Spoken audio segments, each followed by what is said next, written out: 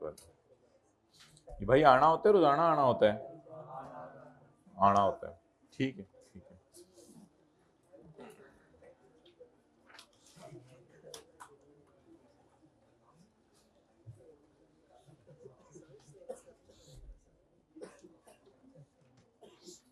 जी मोहतरम, question number 27, page number 409।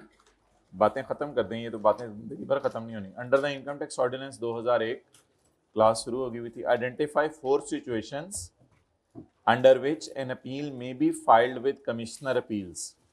4 situations बताएं जिसमें कमिश्नर अपील को अपील की जा सके। खुदा के लिए बता दें 4 सिचुएशन जिसमें कमिश्नर अपील को अपील की जा सके। मैं आपको कह रहा हूं बता दें 4 सिचुएशन जिसमें कमिश्नर अपील को अपील की जा सके। खुदा के लिए बता दें जल्दी। कोई भी नहीं बोल रहा। पेज 393,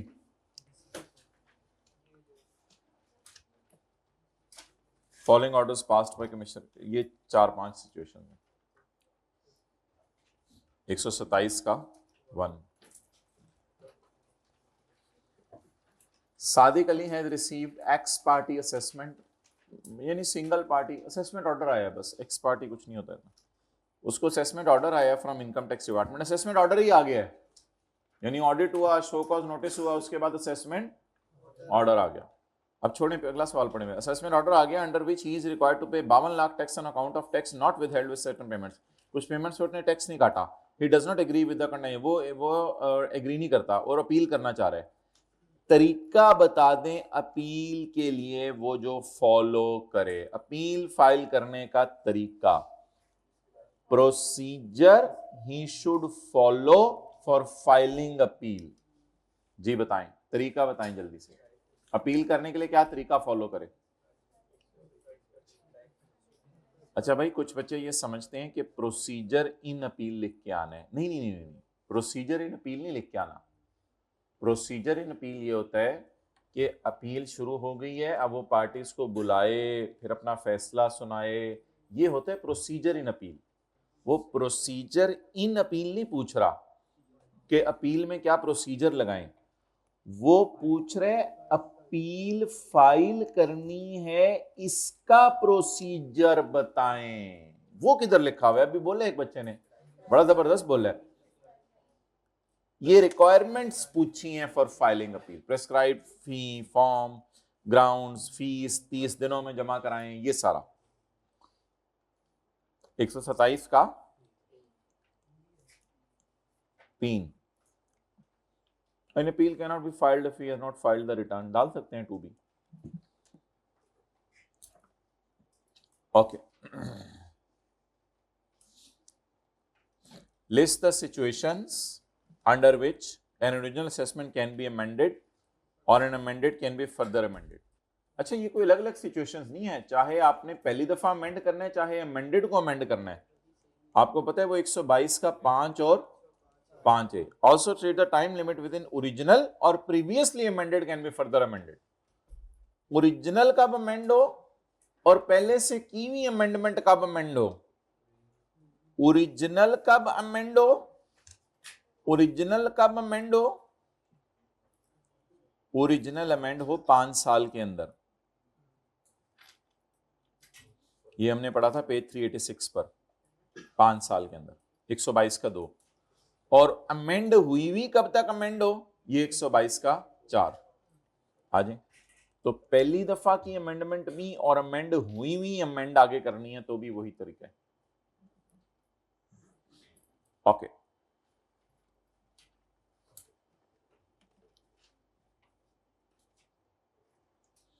अच्छा आपकी किताब में एंड में ना एडीआरसी, पहले जरा हाई कोर्ट रिवाइज कर लें।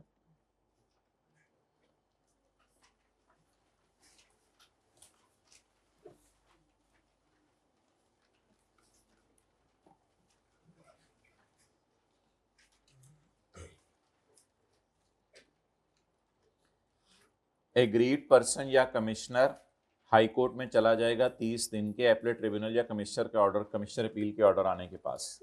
ये या ये, इसका या इसका फैसला आने के बाद इसके पास चले जाएंगे 30 दिनों में।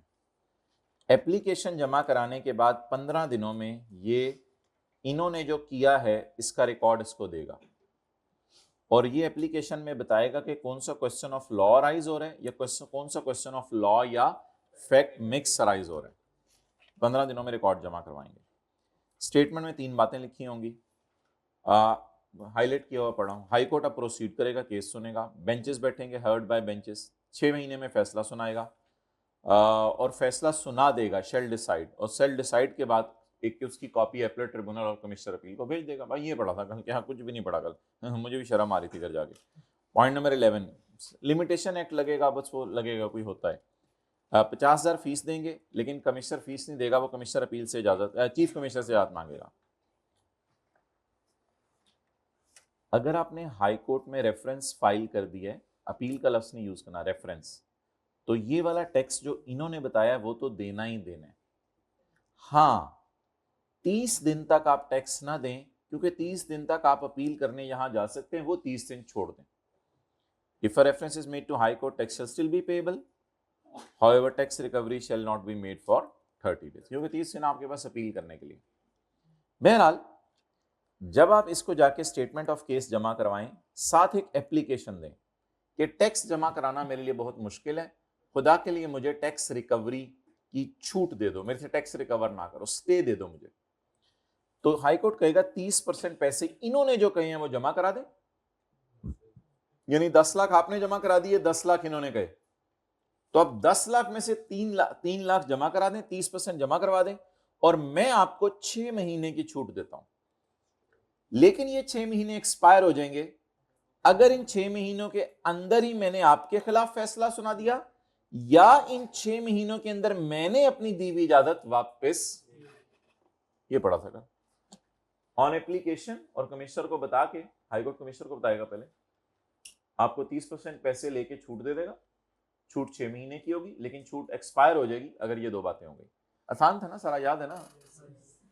और इन द एंड यार आखिरी एक बिल्कुल अजीब सी बात थी, वो हटके थी, वो ये थी कि अगर कभी टैक्स रिड्यूस हो जाए, ये तो बहुत खुशी की बात है टैक्स पेयर के लिए, अगर कभी टैक्स क्या हो जाए, रिड्यूस हो जाए, ये तो टीपी क्या होगा,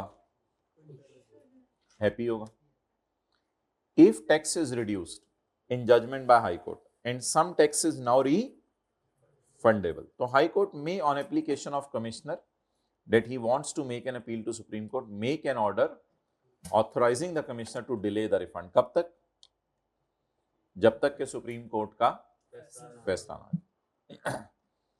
अच्छा, इस पूरे मैकेनिज्म से हट के एक कहानी है, it is called as alternate dispute resolution committee. Alternate dispute resolution committee का क्या काम है? ये ऑल्टरनेट तरीके से डिस्प्यूट रिजॉल्व करवाती है। ऑल्टरनेट तरीके से डिस्प्यूट रिजॉल्व कराने का क्या मतलब है? टैक्स पेयर और कमिश्नर जब यहां जा जाके थक जाते हैं, ये तो किताबी बातें लिखी है ना कि हाई कोर्ट ने 6 महीने में फैसला सुनाना है, ये तो किताबी बातें हैं, कहां 6 महीने में फैसले आते हैं। टैक्स पेयर और कमिश्नर जब इधर जा जाके थक जाते हैं, तो फिर अच्छा, एक छोटी सी प्रोविजन हमारी रह गई थी सुप्रीम कोर्ट वाली, ये जरा पढ़ लें पहले।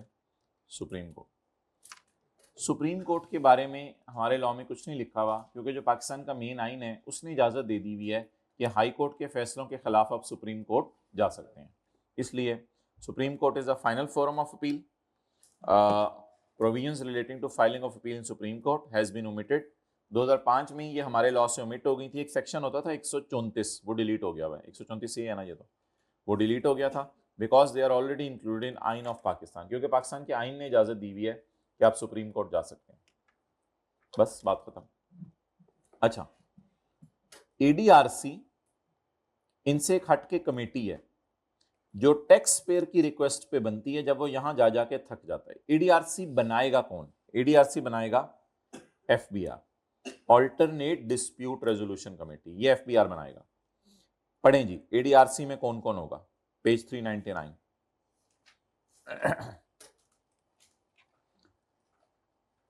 आपकी एप्लीकेशन देने के 15 दिन में बोर्ड क्या बनाएगा? कमेटी। हाईलाइट करें, आपकी एप्लीकेशन देने के 15 दिन में बोर्ड क्या करेगा? कमेटी बनाएगा। इसमें कौन कौन होगा? जजेस कौन होंगे?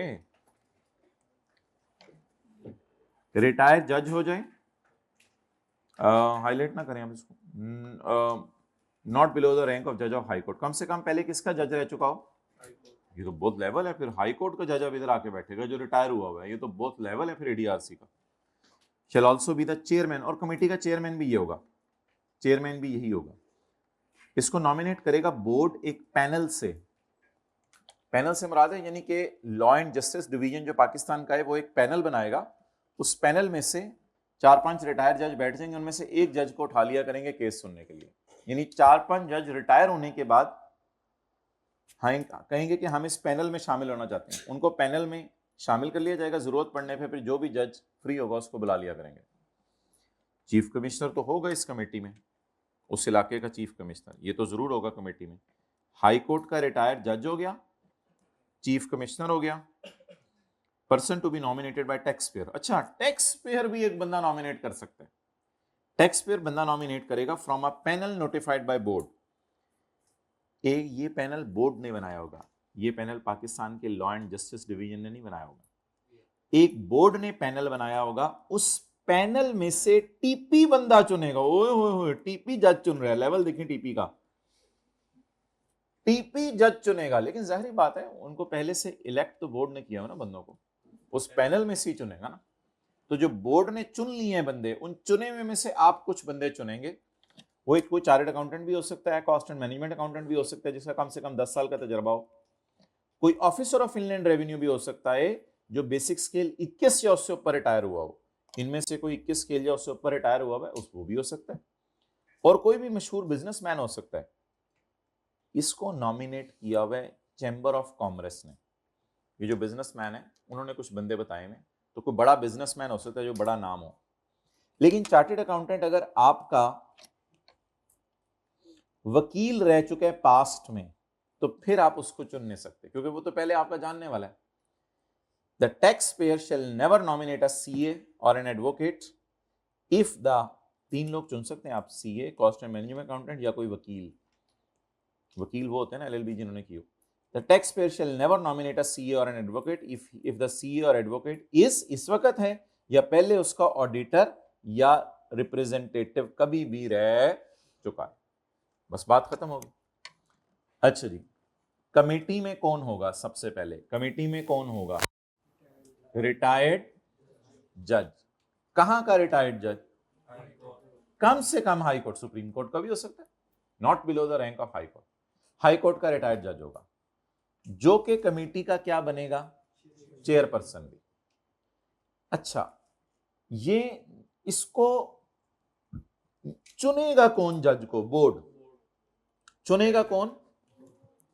और इन जजेस के पैनल को किसने बनाया होगा जिसमें से जाके सिर्फ हमने चुनना होगा? लॉ एंड जस्टिस डिवीजन ने उनका पैनल बनाया होगा, बोर्ड ने जाके चुनना होगा। और नीचे आए, बोर्ड ने पैनल बनाया होगा, चुनना टैक्स पेयर ने होगा, और इधर लॉ एंड जस्टिस डिवीजन ने पैनल बनाया होगा, चुनना बोर्ड, चुना नहीं चुनना। इधर इधर किसने बनाया होगा पैनल? बोर्ड ने पैनल बनाया होगा, चुनना टैक्स पेयर। नीचे लोग तो याद हो गए ना, सीए, कॉस्ट एडवोकेट, कम से कम जिनका 10 साल का तजर्बा हो और पहले हमारे वकील या ऑडिटर ना रह चुके हों, और कम से कम ये वाले हों। ओके, किताब का एंड निकाल लें।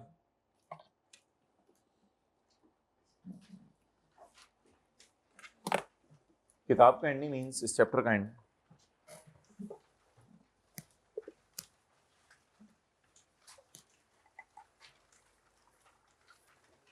एडीआरसी,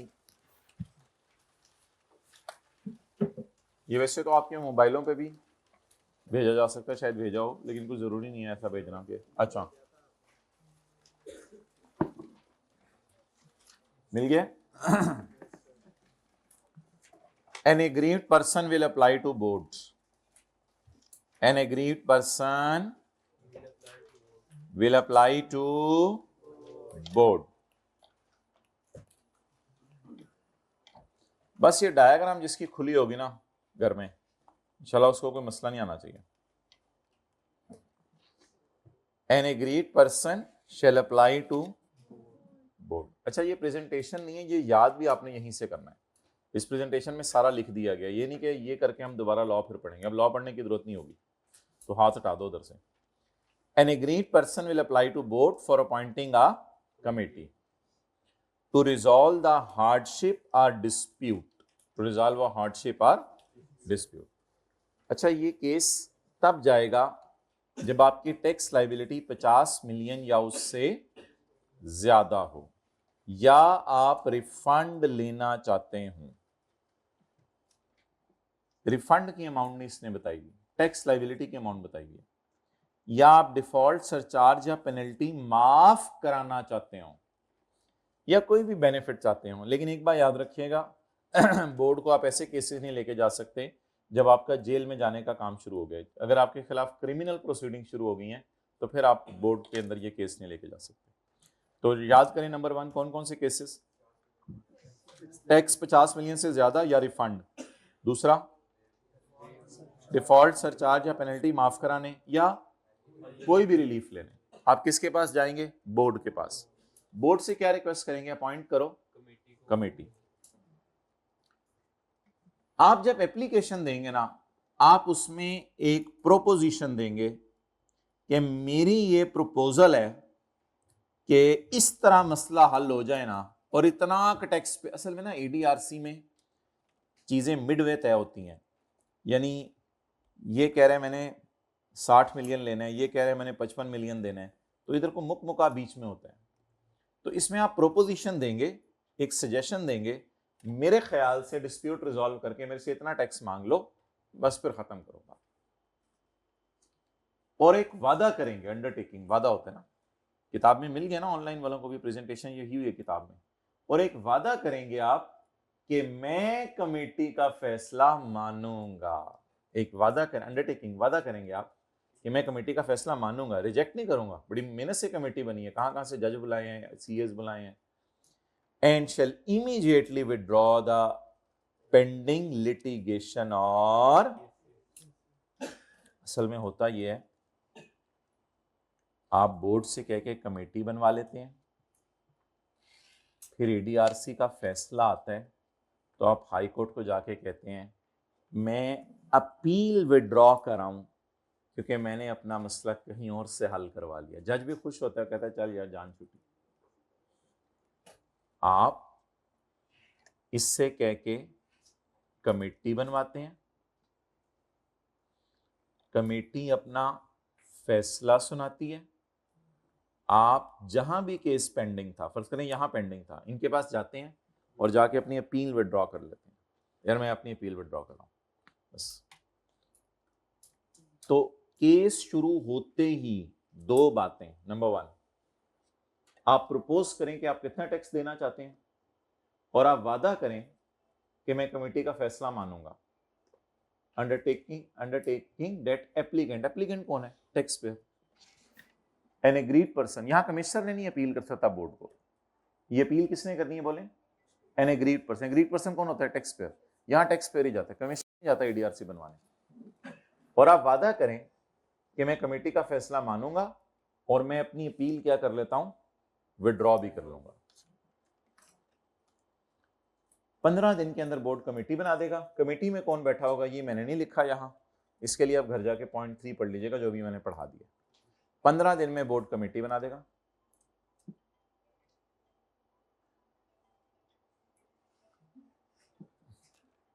पंद्रह दिन में बोर्ड कमेटी बना देगा। नेक्स्ट आगे चलें। बोर्ड शेल, बिल्कुल खड़े हो जाए लास्ट रो में, कोई मसला नहीं। Board shall communicate the order of appointment of committee to.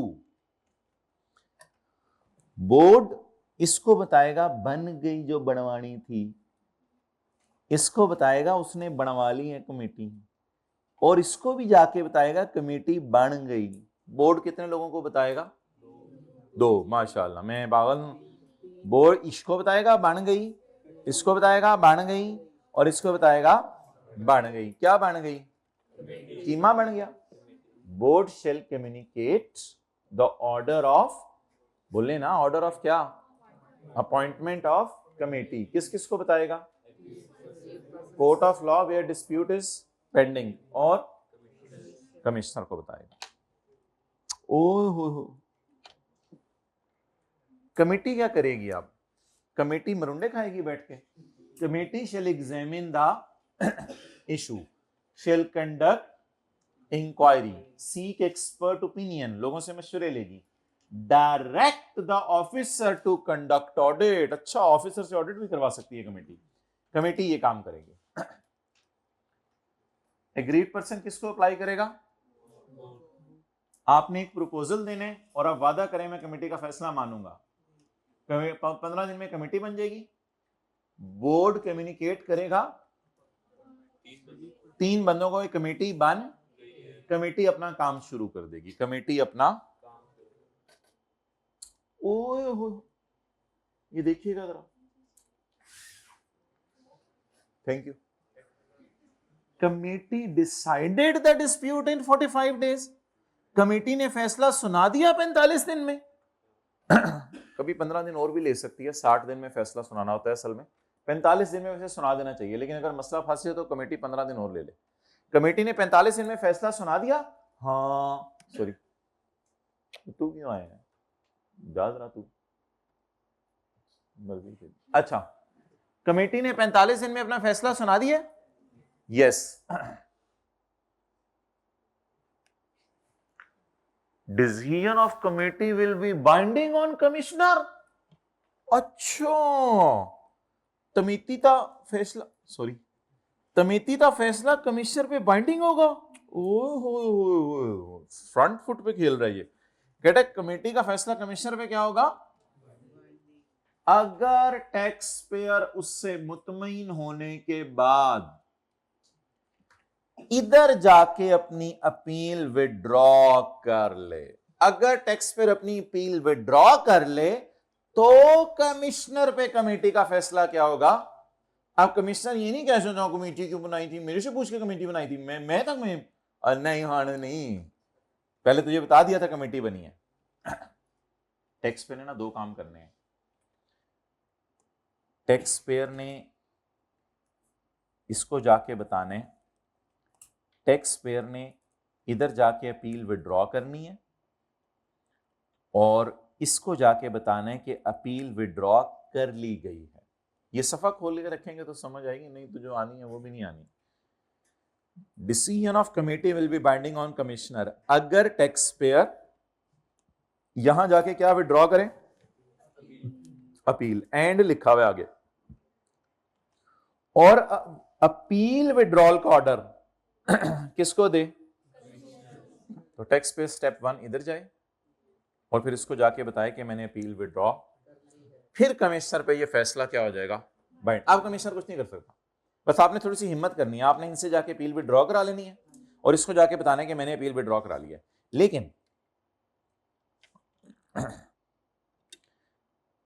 अगर आप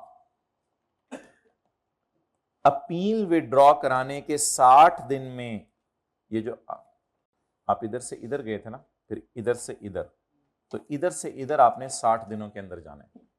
अगर आप 60 दिनों में नहीं गए ना कमिश्नर को बताने कि मैंने अपील विड्रॉ कर लिया, फिर कमिश्नर पे ये फैसला बाइंडिंग नहीं है। बेसिकली कमिश्नर को प्रोटोकॉल दिया जा रहा है कि इसको बताओ जाके, पहले इनको जाके कहो मैंने अपील खींच ली है, और इसको जाके 60 दिनों में बता दो कि मैंने अपील खींच ली। सॉरी, इसको जाके कहो मैंने अपील खींचने लगा हूं, इनसे खींचवाओ अपील, और इसको जाके बता दो कि मैंने अपील विद, कितने दिनों में जाना है यहां?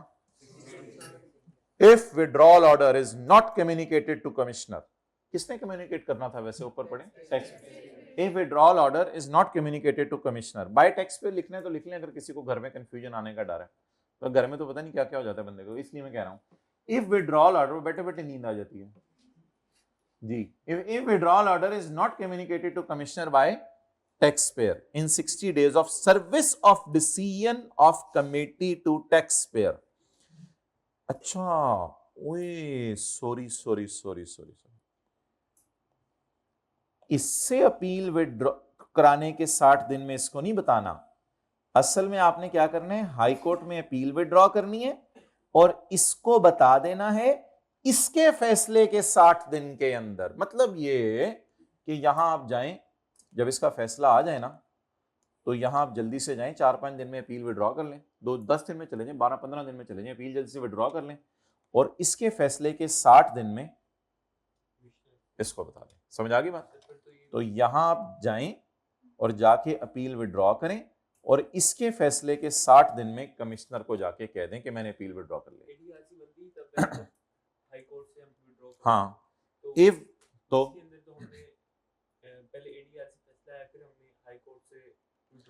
नहीं, एडीआरसी बनती तब नहीं है जब हाई कोर्ट अपना हाई कोर्ट से फैसला विड्रॉ कर लें। वो अंडरटेकिंग दी थी कि मैं विड्रॉ करवाऊंगा फैसला, विड्रॉ करा के नहीं, विड्रॉ बाद में होना है। तो बताएं जी, एडीआरसी के फैसले के कितने दिनों में आपने इसको बता देना कि मैंने हाई कोर्ट से अपील विड्रॉ कर लिया। If withdrawal order is not communicated to commissioner in 60 days, 60 days गिनने कहां से शुरू करने हैं, इसमें हमारे से गलती हुई थी, of service of decision of committee to tax payer. तो if withdrawal order is not communicated to commissioner in 60 days of service of decision of committee, इधर ना देन का लफ्ज डालें, 2TP के आगे देन का, पेपर में लिख के आने 2TP के आगे ना, 2TP के आगे देन का लफ्ज डालें। अब फिक्रा सही हो गया। Then decision of committee shall not be binding on commissioner, डाल लिया देन का लफ्ज सही जगह, देखें जरा साथ वाले ने 2TP जो ब्रैकेट में लिखा हुआ है उसके आगे देन का लफ्ज डाल लिया इसने। Then decision of committee shall not be binding on commissioner, तस्वीर खींच के देन लिख दो भाई। डन हो गया जी।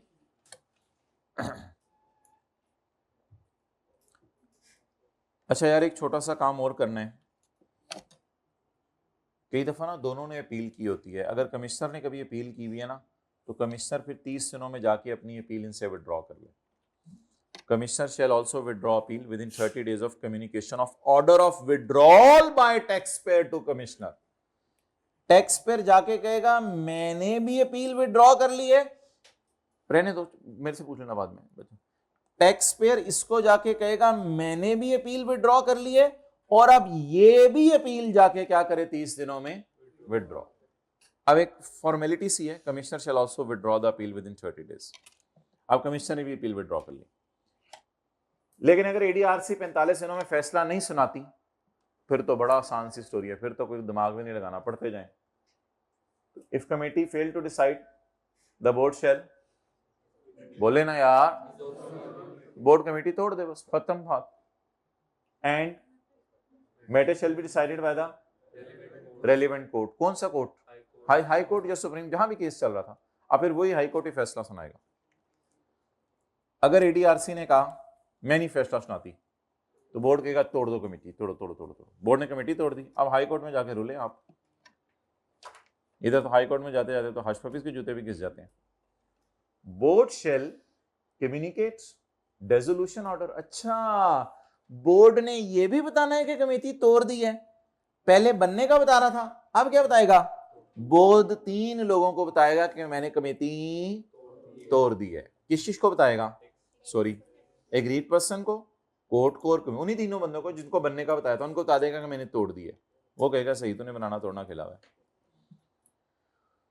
ऑन रिसीट ऑफ डेसोल्यूशन, जब ऑर्डर ऑफ डेसोल्यूशन आ जाएगा कि कमेटी टूट गई है, the court of law, court of law आगे बढ़ेगा, हाई कोर्ट, जो भी हाई कोर्ट सुप्रीम कोर्ट था, द कोर्ट ऑफ लॉ और एपलेट अथॉरिटी शेल नाउ लिखा होता जबरदस्त है, shall now decide the appeal within 90 days. अब फिर कोर्ट वालों यार तुम ही फैसला सुना दो 90 दिन में, एडीआरसी ने तो लिफ्ट नहीं कराई। अब कोर्ट कितने दिन में फैसला सुना दे? सेट ऑर्डर कौन सा? सेट ऑर्डर कौन सा? डेसोल्यूशन। कौन बोला है? एक्सीलेंट, कोई डेसोल्यूशन बोला था इधर। तो डेसोल्यूशन ऑर्डर के 90 डेज में फिर कोर्ट अपना फैसला सुना दे। तो ये साइड तो बहुत ही आसान है और वो साइड तो वैसे ही खाला जी का घर है। चलें, एग्रीव्ड पर्सन इन 3 केसेस में किसके पास जाएगा? क्या बनवाने के लिए? एग्रीड पर्सन मशवरा देगा कि मेरा इतना टैक्स बनता है और वादा करेगा कि मैं कमेटी का फैसला मानूंगा, मैं कमेटी का फैसला मानूंगा, और जब कमेटी का फैसला आ जाएगा मैं अपील भी जाके विदड्रॉ करूंगा, इमीडिएटली जाके विदड्रॉ कर लूंगा। 15 दिन में बोर्ड आपके लिए कमेटी बना देगा, ये कढ़ाई तो है नहीं कि 15 मिनट में बन जाए। 15 दिन में बोर्ड आपके लिए कमेटी बना देगा। कमेटी बनाने के बाद बोर्ड 3 लोगों को बताएगा कमेटी बन गई है। आखिरी लाइन किसी को याद हो क्या थी?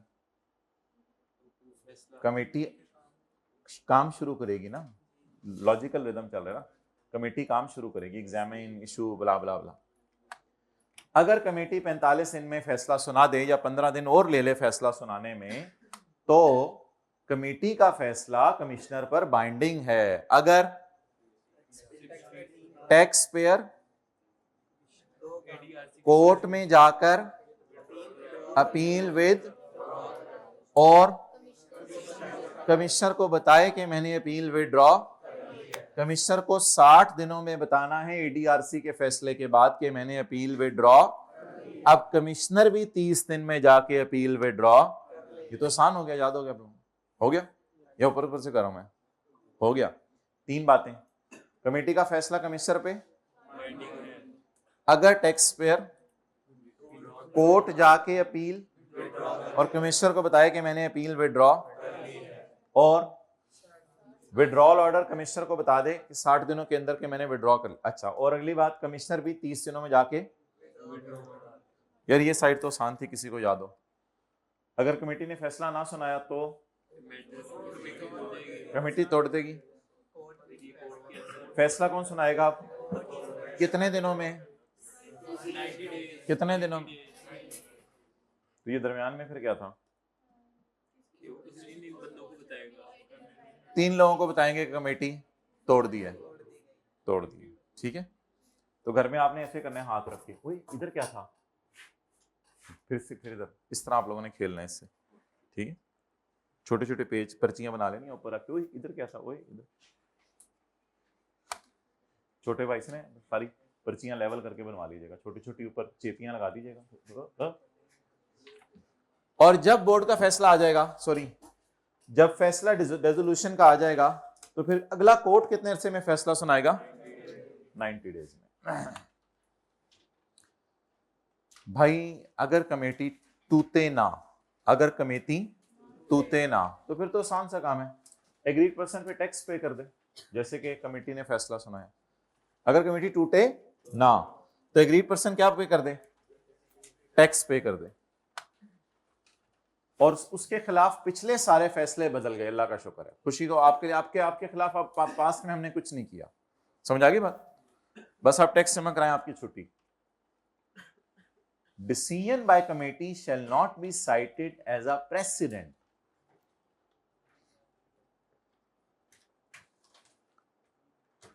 दूसरी क्लास में सर ने होमवर्क ना करने पे बच्चे को थप्पड़ मारा।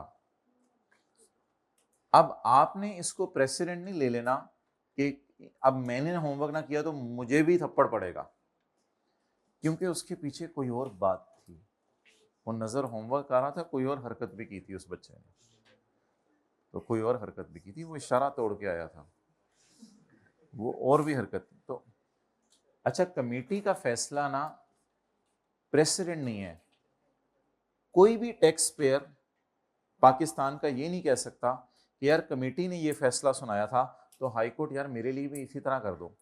हाईकोर्ट कहेगा भाई कमेटी के फैसले में, मिसाल के तौर पे आपने सुना कि अकरम साहब के लिए कमेटी ने ये फैसला सुना दिया, अब आप जाके हर जगह लोगों को कह रहे हैं यार अकरम के लिए फैसला सुनाया था, मेरे लिए भी तो यही फैसला सुनाओ। कमेटी का फैसला दुनिया में कहीं प्रेसिडेंट नहीं होगा।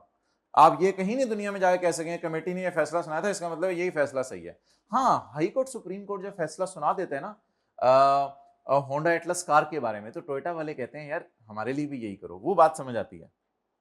अब समझ आया थोड़ा थोड़ा प्रेसिडेंट का लफ्ज, प्रेसिडेंट का लफ्ज। ठीक है, बड़े भाई को चपेड़े पड़ी तो मतलब है कि आप वो हरकत करेंगे आपको भी चपेड़े। हाँ, ये तो प्रेसिडेंट घर में है, आप लोगों के घरों में तो है, हमारे घरों में भी है, लेकिन the decision by committee shall not be taken as a president। President को कैसे लिखेंगे, उर्दू में क्या लिखेंगे? यानी समझ तो आ गया ना? समझ तो बट ठीक है। in any other case or the same case for a different tax year। कोई बंदा भी दुनिया में ये नहीं कह सकेगा कि फलां बंदे के साथ ये हुआ था, मेरे साथ भी यही करो। नहीं, कमेटी का फैसला बिल्कुल एक फारग सी चीज है, याद रखिएगा। और अगर आपका सेम केस अगले साल दोबारा कोर्ट में चला जाए, सेम केस जा सकता है। असल में लड़ाई चल रही है कि ये खर्चा अलाउड है या नॉट अलाउड है। मिसाल के तौर पर स्टॉक गल सड़ गया था, कमेटी ने कहा नहीं यार ये खर्चा अलाउड है, जाओ मजे करो। अगले साल फिर दोबारा वही मसला खड़ा हो गया। अब आप कमिश्नर अपील या अपीलेट ट्रिब्यूनल को ये नहीं कह सकते कि कमेटी ने ये फैसला सुनाया था मेरे बारे में, मेरी बात मान लो। कहते हैं नहीं, आपके अगर आप ही के बारे में किसी और साल भी ये मसला चल रहा है तो भी कमेटी का फैसला कोई बाइंडिंग नहीं है हमारे लिए। समझ आ गया? थोड़ा थोड़ा प्रेसिडेंट,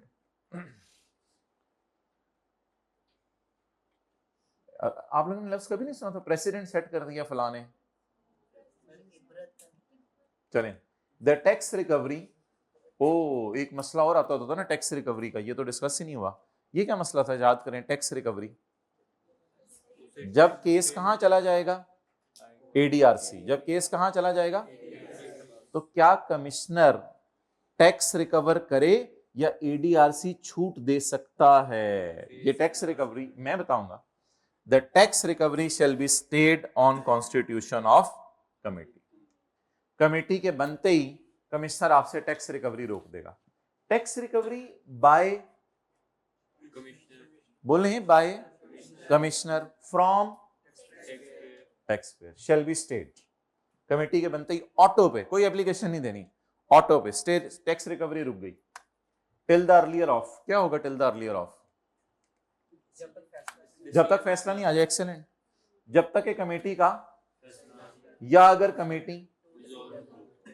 कमेटी का फैसला आ गया तो भी आपको टैक्स देना पड़ेगा, और फैसला ना आया टूट गई तो ये तो सारी आसान सी बात है। नंबर 1 आप टैक्स पे करेंगे, पिछली सारी चीजें माफ। नंबर 2 आपके बारे में जो फैसला आया है वो प्रेसिडेंट नहीं है, बाकी लोगों के बारे में जरूरी नहीं है फैसला है, वो कमेटी की और कोर्ट्स की मर्जी है, बाकी लोगों को जो मर्जी फैसला सुनाए। बोर्ड तनख्वाह बताएगा कमेटी में लोगों की, other than chief commissioner. Chief commissioner को तनख्वाह नहीं मिलेगी, बाकी सब लोगों को तनख्वाह मिलेगी, चीफ कमिश्नर को तनख्वाह नहीं मिलेगी। रिटायर्ड जज को भी तनख्वाह दे दे 2-3 लाख रुपया, ये भी बैठा था केस में, चीफ कमिश्नर को तनख्वाह नहीं मिलेगी, क्योंकि तो ये तो हमारे दफ्तर का बंदा है, बोर्ड के दफ्तर का बंदा है। चार्टर्ड अकाउंटेंट को तनख्वाह मिलेगी, उसने टाइम निकाला है, ये भी रिटायर होके घर बैठे हुए थे तो ऑफिसर्स, रिटायर होके इनको भी तनख्वाह मिलेगी, और रिप्यूटेबल बिजनेसमैन को भी तनख्वाह मिलेगी। इन सबको तनख्वाह मिलेगी क्योंकि इन्होंने थोड़ा सा टाइम अपना निकाला है। अदर देन चीफ कमिश्नर, किसको तनख्वाह नहीं मिलेगी? बोर्ड इस सेक्शन के लिए कोई रूल्स बनाना चाहे तो रूल्स बना देगा। तो ये था जी एडीआरसी। इसमें एक स्टेट ओन्ड एंटरप्राइज का कॉन्सेप्ट है, ये 2-3 मिनट में इंशाल्लाह कल कर लेंगे, या आज टाइम बचा तो आज कर लेंगे। अभी आप हजरात चैप्टर 8 में आ जाएं।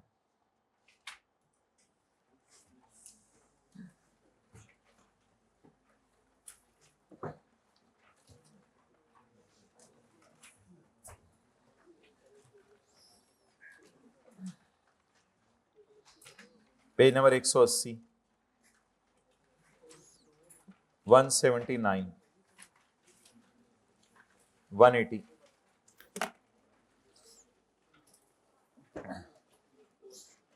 अच्छा जी, बिजनेस के चैप्टर में हमारा एक कॉन्सेप्ट रहता है, वो ये है कि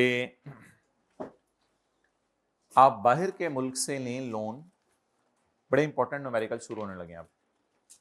आप बाहर के मुल्क से लें लोन और आप उस लोन की करें रीपेमेंट। लोन की रीपेमेंट पे आपको करेंसी पर एक्सचेंज गेन लॉस आ सकता है। जाहिर बात है, जब आपने लोन लिया था, फर्ज करें आपने $1 लोन लिया और $1 ही वापस कर दिया, ठीक है? आपने $1 लोन लिया, $1 वापस कर दिया। $1 जब आपने लोन लिया तो डॉलर था 300 रुपए का, जब आपने लोन वापस किया तो डॉलर है 310 रुपए का। हमें पाकिस्तान में बैठे हुए नुकसान हुए हैं या फायदा हुआ है? कोई सोच के बता दे। नुकसान कैसे हुआ है? क्योंकि जब लोन लिया था तो मुझे 300 मिले। सोचे ना, जब लोन लिया था मुझे कितने मिले? 300 रुपए। जब लोन मैंने वापस किया तो मुझे डॉलर 310 का हो गया, तो मुझे 310 रुपए वापस करने पड़े। उसको तो डॉलर ही गया ना, उसको तो कोई फर्क नहीं पड़ा, लेकिन मैं तो पाकिस्तान में रह के ब्लास्ट हो गया ना। जब मैंने लोन लिया तो मुझे डॉलर जो मिला वो मैं बाजार लेके गया, मुझे उससे 300 रुपए मिले, फिर मैंने बस 300 लेके अपने काम शुरू कर दिया। जब लोन वापस करने की बारी आई तो मेरे पास डॉलर तो नहीं पड़े हुए थे, मैं बाजार में गया डॉलर लेने, वो 310 रुपए का था। अब मैंने $1 खरीद के बाहर के मुल्क भेज दिया। तो बताएं मैंने जब लोन लिया था डॉलर कितने का था, और जब लोन वापस किया तो मुझे बताएं मुझे एक्सचेंज गेन हुआ, एक्सचेंज लॉस हुआ? इसका तरीका बड़ा आसान सा होगा, जिस दिन हम लोन लिया करेंगे उस दिन के रेट के साथ प्लस लगा दिया करेंगे, और जिस दिन हम लोन वापस किया करेंगे उस दिन के रेट के साथ माइनस लगा दें। जवाब अगर कैलकुलेटर पे पॉजिटिव आ गया तो खुशी, और जवाब अगर कैलकुलेटर पे नेगेटिव आ गया तो गम। ठीक है, इस एक्सचेंज लॉस का करेंगे क्या? इस एक्सचेंज लॉस को उस एसेट की कॉस्ट ऐड कर देंगे जिस एसेट को इस लोन के जरिए खरीदा है। मैं एसेट नहीं बाहर के मुल्क से खरीद रहा, एसेट भी बाहर के मुल्क से खरीद सकता हूं, मेरी मर्जी है। एसेट में जहां मर्जी से खरीदूं, लोन मैंने कहां से लिया था? IAS 23 पढ़े आप लोगों ने FAR 1 में? इंटरेस्ट को एसेट की कॉस्ट में डालते हैं। IAS 16 में इंस्टॉलेशन को एसेट की कॉस्ट में डालते हैं।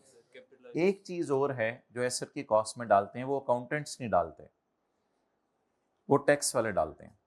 अकाउंटेंट्स कभी इसकी जात नहीं देते। अकाउंटेंट्स कहते हैं एक्सचेंज लॉस, आप FAR 2 में पढ़ेंगे, एक्सचेंज लॉसेस P&L में जाते हैं। अकाउंटेंट्स कहते हैं जो मर्जी, हम टैक्स वाले एक्सचेंज लॉस को एसेट की कॉस्ट में डाला करेंगे। एक्सचेंज लॉस क्या होता है? कैलकुलेटर पकड़ें। यकम हुई कि मैंने कितना लोन लिया, शर्माएं तो ना बता देना मुझे। यकम मई को बाय डियर मैंने कितना लोन लिया? 2 लाख। यकम मई को मैंने 2 लाख लोन लिया। इस वक्त डॉलर कितने का था? 30 जून को मैंने उसमें से कितना वापस कर दिया? कितना अभी तक वापस नहीं किया? 1 लाख। आप मुझे बताएं मुझे एक्सचेंज गेन लॉस आया किस पे होगा? 30,000 पे। लोन ऑब्टेन्ड कितना है? टी काउंट खोले ना ऐसे जहन में, टी काउंट।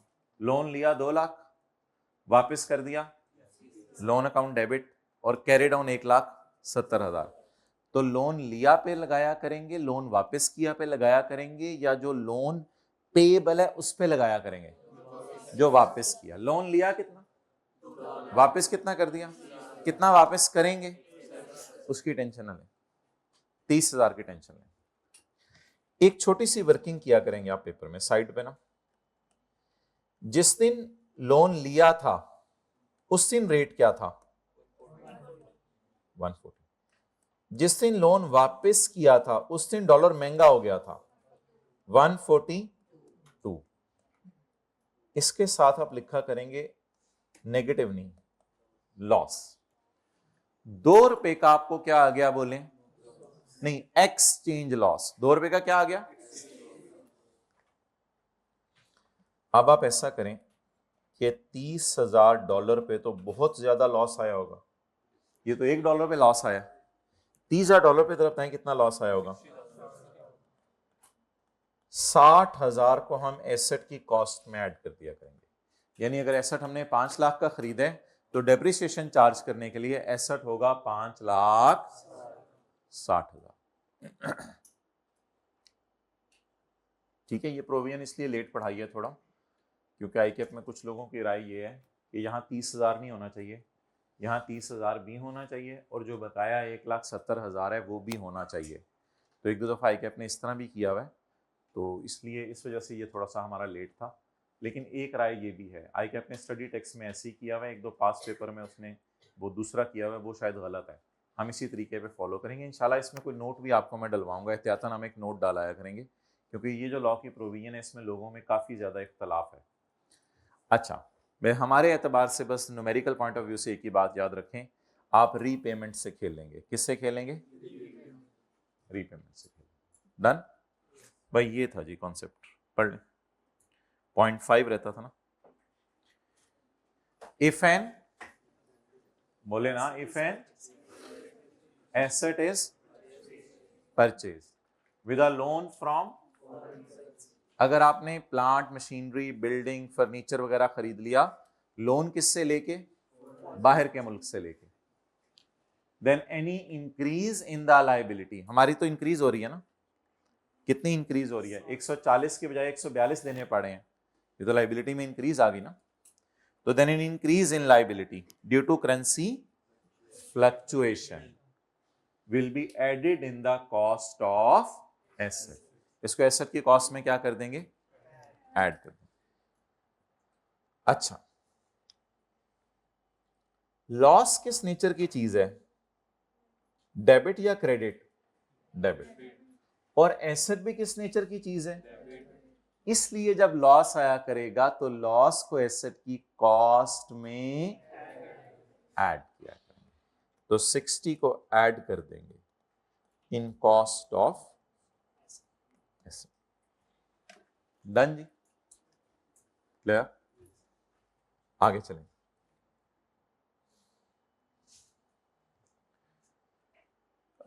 ये मालूम करने के लिए कि आपकी लायबिलिटी बड़ी है या कम है, हेजिंग एग्रीमेंट आप कंसिडर कर लें। हेजिंग ये होता है कि इंश्योरेंस वगैरह करा लेना, फिर इंश्योरेंस कंपनी वगैरह आपको वो लॉस कंपनसेट कर देती है, तो फिर आपका नुकसान होता ही नहीं। अगर आपने कोई हेजिंग वगैरह करा ली हुई है, हेजिंग होता है इंश्योरेंस करवा लेना, समझ लें, अगर आपने कोई इंश्योरेंस वगैरह करा ली हुई है तो फिर तो ये आपको नुकसान जो आएगा ना 60,000, ये आपको इंश्योरेंस कंपनी दे देगी, फिर एसेट की कॉस्ट में कुछ ऐड ना कीजिएगा। तो लिख लें छोटा सा मतलब, ये प्रोविजन न्यूमेरिकली टेस्टेबल नहीं है, 0.6 एक थ्योरी का सवाल है।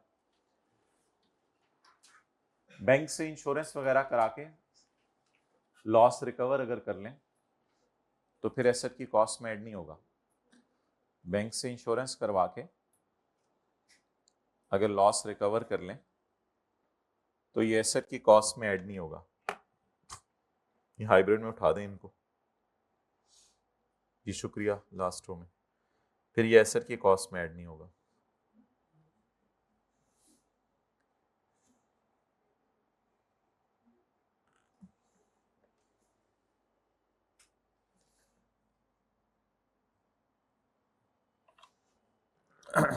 ओके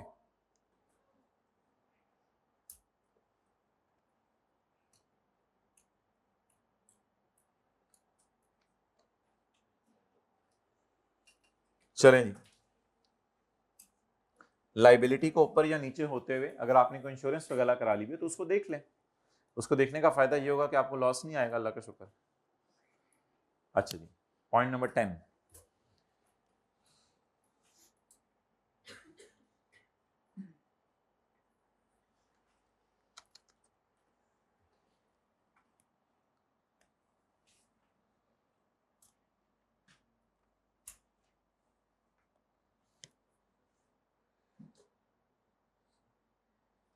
ये फॉन्ट साइज सही है या इसको कम कर लूं, सही है। अच्छा जी,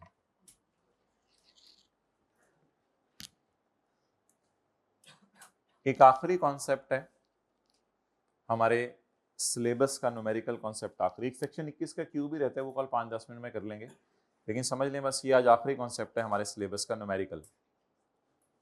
वो ये कॉन्सेप्ट है कि एसेट खरीदते हुए कभी कभी गवर्नमेंट आपको ग्रांट दे देती है। तो आपने प्लांट बाय किया 50 रुपए का, तो आपकी जेब से पैसे चले गए, गवर्नमेंट ग्रांट रिसीव हुई, गवर्नमेंट ग्रांट 5 रुपए, तो ये आपकी जेब में पैसे, तो आपको एसेट पड़ा कितने का, ₹45 का पड़ा नेट। नेट कितने रुपए का पड़ा, आपने कितने का प्लांट खरीदा, 50 मिलियन का, गवर्नमेंट ने ग्रांट कितनी दे दी, गवर्नमेंट ग्रांट्स आपने पढ़ा होगा, उधर मुझे नहीं पता क्या कराते हैं, और वो आपने उससे कंपेयर भी नहीं करना कि उधर क्या कराते हैं। गवर्नमेंट ने आपको ग्रांट दे दी 5 रुपए की, तो आपको एसेट कितने का पड़ा। अब आप लोगों ने हमेशा शुरू किया करना है 45 से, आप लोगों ने हमेशा शुरू किया करना है 45 से सवाल, यानी आप लोगों ने 50 - 5 शुरू ही 45 से किया करना है। आपने बाय डिफॉल्ट 45 से स्टार्ट किया करना है, हम नेट से शुरू किया करेंगे। हम कहां से शुरू किया करेंगे, नेट से। लोग इंटरनेट से शुरू करते हैं, हम नेट से शुरू करेंगे इंशाल्लाह। हम कहां से शुरू किया करेंगे बोले? नेट से। अच्छा, एसेट की कॉस्ट डेप्रिसिएशन पर्पस के लिए 45 हो या 50, इस पे हमारी बहस है। उसके लिए दो सिनेरियोज हैं कि गवर्नमेंट जब ग्रांट देगी तो एफबीआर इस 5 रुपए को माफ कर रहे या टैक्सेबल, इस पे डिपेंड करता है। गवर्नमेंट तो ग्रांट देके चली जाती है, फिर एफबीआर कहता है यार मजे लगे हुए तेरे, आजा टैक्स दे। और कई दफा एफबीआर कहता है जा यार खैर है गवर्नमेंट ने ग्रांट ही दी है, इस पे टैक्स तुझे माफ करता हूं। तो इसमें कोई हार्ड एंड फास्ट रूल नहीं है, सवाल बता दिया करेगा कि एफबीआर को ये 5 रुपए देख के लालची बन गया और टैक्स मांग रहे हैं या 5 रुपए को एग्जेम्प्ट कर रहे हैं। अगर ग्रांट मिली मुझे और एफबीआर ने टैक्स ना मांगा तो मैं इंशाल्लाह 45 ही कॉस्ट रखूंगा सेक्शन 76 के लिए, 45 ही रखूंगा, बस डेप्रिशिएट 45 को ही करूंगा। और अगर खुदा ना खास्ता एफबीआर ने टैक्सेबल कर दी ग्रांट तो फिर मैं 45 में वो जो 5 नेट किया था उसको दोबारा ऐड करके कॉस्ट किस पे ले जाऊंगा? 50 पे। क्योंकि यहां पर लॉजिकल बात है, लॉ मेकर मुझे फायदा देना चाह रहा है, क्योंकि लॉ मेकर को लगे मैं गमगीन हो गया हूं, मुझे ग्रांट पे टैक्स देना पड़ा, तो लॉ मेकर फायदा दे रहा है। लॉ मेकर मेरे एसेट की कॉस्ट को शूट अप करा रहा है ताकि मैं ज्यादा डेप्रिशिएट करूं और ज्यादा खर्चे आए और कम प्रॉफिट आए। तो लॉजिक ये है। लॉजिक किसी को याद रही? थोड़ी सी ऐसे रट्टा तो ना हो, तो हल्की सी लॉजिक याद करा दूं। शुरू हमेशा कहां किया से? शुरू हमेशा कहां से करने? नेट से। अभी इंशाल्लाह हम 3 न्यूमेरिकल्स करेंगे इसके, अभी 10-50 तक इंशाल्लाह 3 न्यूमेरिकल करेंगे, बस नेट से शुरू करेंगे। सारे न्यूमेरिकल्स में हम कहां से शुरू करेंगे? नेट से। लेकिन एक ध्यान इसमें रखिएगा, नेट से शुरू कर दीजिएगा, वो बात अपनी जगह। बाद में 5 को दोबारा ऐड करना है या नहीं करना ये डिस्कशन है, ताकि सेक्शन 76 वाली कॉस्ट निकले for the purpose of depreciation. जब उसने मांगा 5 रुपए पे टैक्स तो टैक्स पेयर को हुआ गम। इस गम को कंपनसेट करने के लिए गवर्नमेंट ने, पढ़ा तो हमें 45 का था, रियलिटी में तो एसेट 45 का ही है, माने या ना माने, एसेट तो 45 का पड़ा है हमें। तो गवर्नमेंट ने उस 45 में दोबारा 5 ऐड करवा दिया। गवर्नमेंट ने कहा जाओ मजे करो, तुम्हारे एसेट को बढ़ा के हम 50 कर रहे हैं। तो जैसे गाड़ी नहीं होती थी 90 लाख वाली को 75 लाख पे ले आते थे तो हमें गम होता था, ओहो यार 90 लाख की गाड़ी खरीदी है, खाली 75 लाख डेप्रिशिएट करने। अब तो हमें खुशी होगी। तो हमारे गम को कंपनसेट करने के लिए गवर्नमेंट ने खुशी क्या दी हमें? कॉस्ट बढ़ा दी। अल्लाह का शुक्र है, हम डेप्रिशिएट कितना करेंगे? 50। और अगर हमें इधर खुशी मिलती कि हमारी ग्रांट माफ है तो गवर्नमेंट ने कुछ नहीं किया, फिर आगे गवर्नमेंट ने कहा ठीक है ये 45 ही आपकी कॉस्ट है, डन। चलिए 1-2 मिनट लगाए। ये कौन सा पॉइंट है? Point number 10। उसी सफे पे जगह है नोट करने के लिए? चलें उसी सफे पे नोट कर लें। ये क्या लफ्ज लिखा हुआ है? Government grant receive. ये क्या लफ्ज लिखा हुआ है? नेट। ये क्या लिखा हुआ है? पढ़ा। बाकी तो इजी है।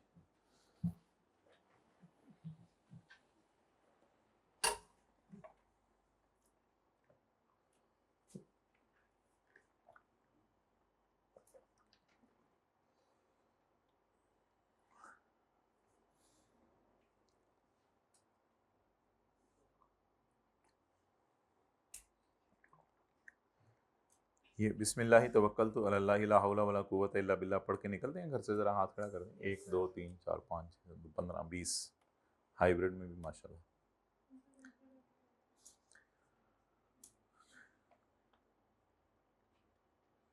घर में एंटर होने की दुआ बता के नाम ले लें अभी, राइट नाउ, अभी इंशाल्लाह लाइव मिलेगा इनाम।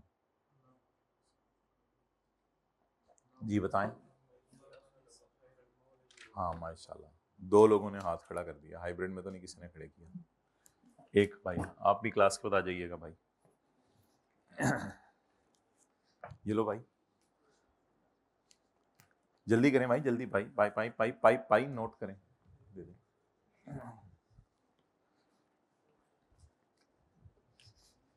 आपके साथ वाला कितना अच्छा है।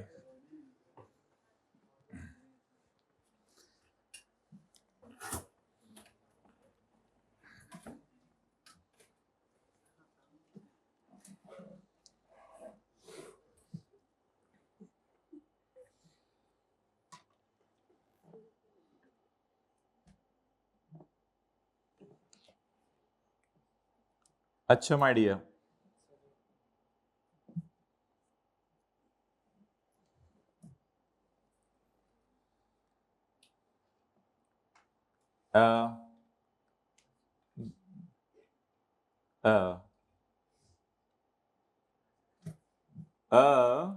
जल्दी।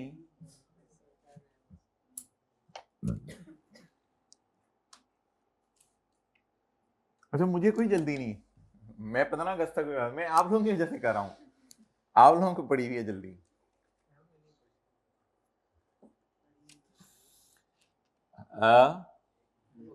प्लांट के, बस ठीक है तस्वीर खींच ले। प्लांट के सप्लायर को कितने पैसे दिए? मैं बता देता हूं, प्लांट के दुकान पे कितने पैसे दे के आए? ये भी लफ्ज सुन ले, मैं इस फिगर के लिए बोला करूंगा दुकान पे कितने पैसे दे के आए, क्योंकि अभी ये फिगर 4.3 मिलियन होनी है, तो आपके सारे कॉन्सेप्ट आउट हो जाएंगे। आप कहेंगे नहीं उधर तो 50 थी, 4.3 मिलियन का क्या करेंगे इसको? अच्छा, दुकानदार को कितने पैसे दे के आया? 50। शहबाज शरीफ से कितने लिए? 5। एसेट कितने में पड़ा? स्टार्ट हमेशा कहां से किया करेंगे? नेट से, फिर देखा करेंगे कॉस्ट कितनी पड़ी। अगली बात, अगर ग्रांट मिले और गवर्नमेंट इस पे टैक्स माफ कर दे, एफबीआर इस पे टैक्स माफ कर दे, तो बस ठीक है, 45 है, take this 45 and solve the question, no problem at all, कुछ करने की जरूरत नहीं। और अगर ग्रांट पे हुकूमत क्या मांगे, तो फिर आप गमगीन होंगे, गम को कंपनसेट करने के लिए 5 को ऐड बैक कर दें, दोबारा एसेट की कॉस्ट को किस पे ले आए, ताकि ज्यादा कॉस्ट हो, ज्यादा। अच्छा ओवर एफिशिएंट नहीं बनना सर, इसमें हम यहीं से शुरू कर लिया करेंगे, ओवर एफिशिएंट बनने की जरूरत नहीं, बस हमेशा कहां से शुरू करना है? नेट से शुरू करना है, और उसको शो किया करना है प्रॉपर। चलें जी, थ्योरी तो पढ़ लेते हैं, पेज 182, एग्जांपल्स शुरू करें।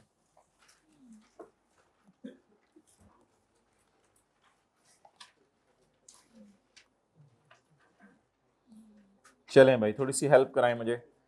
एक एंटिटी ने एसेट खरीदा है 70,000 का, दुकानदार को कितने दिए?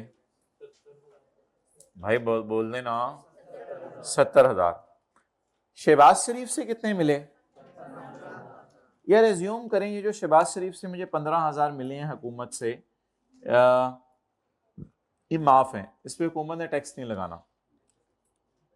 और यार ये बहस बाद में है, पहले स्टार्ट तो करें ना, पहले नेट से शुरू करें। नेट कॉस्ट कितनी है?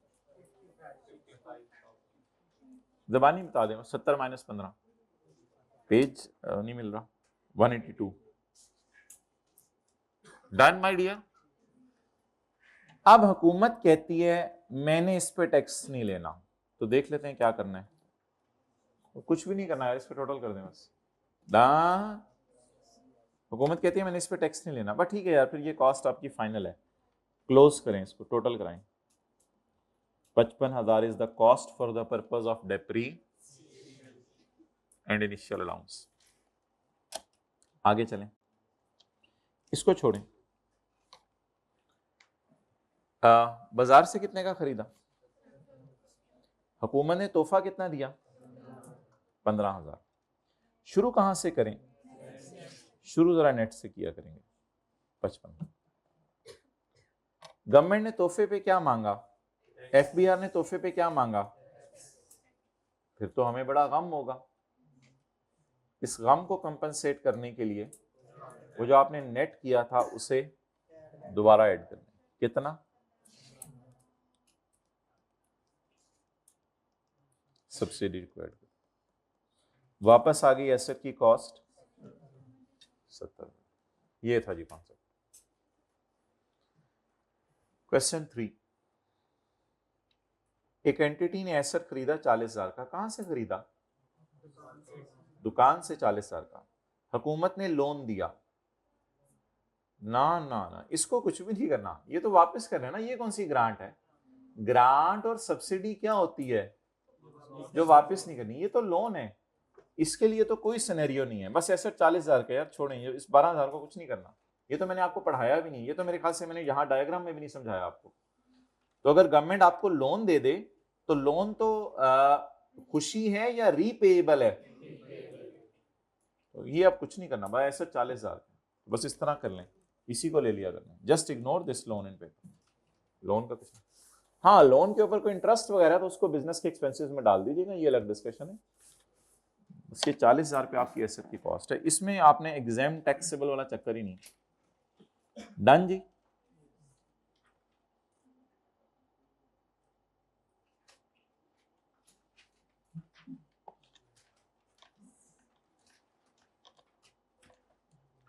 चलें जी, बिस्मिल्लाहिर्रहमानिर्रहीम। बुरे वाला एक्सप्रेस, बुरे वाला बुरे वाला express is in the business of manufacturing and sale of component parts. सीधे न्यूमेरिकल शुरू हो गया वे कुत्ते। and sale of component parts for automobile assembly industry। 1 जनवरी 2022 को, ये कौन सा टैक्स ईयर है 1 जनवरी 2022? खुदा के लिए आज कोई ऐसी बोंगी ना मारिएगा, 31 जुलाई को कोई ऐसी बोंगी ना मार दीजिएगा कि आपको जो है वो चपेट पड़े। ये 1 जनवरी 22 कौन सा टैक्स ईयर है? 322 वाला टैक्स ईयर 2022। हमने एक लोन लिया है $700। कितने डॉलर? किसी बाहर के बैंक से, जो कि इस्तेमाल करना है हमने किसमें? प्लांट खरीदने में। गेम ऑन हो रही है। जो कि इस्तेमाल करना है लोन हमने किसमें? अब लोन को नहीं देखना, लोन की वापसी ढूंढनी है। लोन की लोन कितनी किस्तों में वापस करना है? नहीं 7 इक्वल। तो फिर कितने कितने की किस्त होगी? $100। जिस दिन लोन लिया था उस दिन क्या रेट था? छोटी सी ना वर्किंग बना के रख लेते हैं, इनफ्लो के दिन रेट क्या है? वो जो वर्किंग अभी थोड़ी देर पहले सिखाई है आपको। आज कितने कॉन्सेप्ट हमने पढ़े हैं? कौन सा पेज ढूंढा जा रहा है? तो किसी और को गए क्यों थे? 183 पे रहे ना अभी। अच्छा, तो आज हमने 2 कॉन्सेप्ट पढ़े हैं ना, एक तो एक्सचेंज गेन लॉस का कॉन्सेप्ट पढ़ा है और एक गवर्नमेंट से सब्सिडी या ग्रांट का कॉन्सेप्ट पढ़ा। तो अभी तो ये लोन का कॉन्सेप्ट चल रहा है। तो जिस दिन लोन लिया भाई उस दिन रेट क्या है भाइयों, बता दो ना। Other information. Project was completed in June 23। ये कौन सा साल है? टैक्स। वो कॉन्फिडेंट, बी कॉन्फिडेंट ना एकदम, ऐसे क्यों हो जाते हैं यार, मेरा गलत बता दिया ना तो वीडियो नहीं है। टैक्स ईयर 2023 है, यानी 2022 में लोन लिया था और 23 में मेरा प्रोजेक्ट मुकम्मल हो गया और अगले साल 2024 में मैंने इसका इस्तेमाल भी शुरू कर दिया।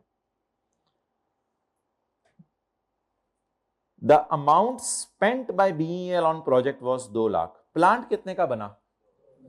2 लाख का। 1 जुलाई 23 को यानी tax year 2024, government of Pakistan ने मुझे खुशी से 10,000 रुपया सब्सिडी दी है। यार इसको एज्यूम करें एग्जाम्प्ट है, क्योंकि सवाल ने बताया नहीं हुआ। इस तरह के भी सवाल आया करेंगे। सब्सिडी के बारे में नहीं बताया होगा तो हम एज्यूम किया करेंगे एग्जाम्प्ट है। इसको फिर एज्यूम पेपर में एजम्पशन ले लीजिएगा कि आमतौर पे सब्सिडीज वगैरह पे एफबीआर टैक्स नहीं मांगता। यहां तो लिखा होना चाहिए था ना। वैसे गवर्नमेंट ने सब्सिडी दे दी। कितने की सब्सिडी दे दी भाई? 10,000।